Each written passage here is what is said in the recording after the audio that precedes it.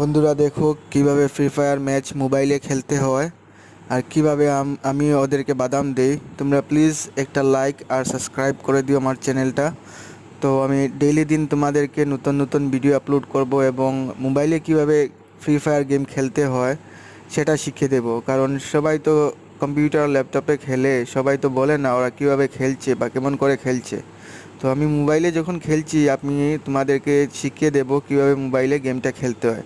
দেখে নিও tips and ট্রিক্সটা। Thank you.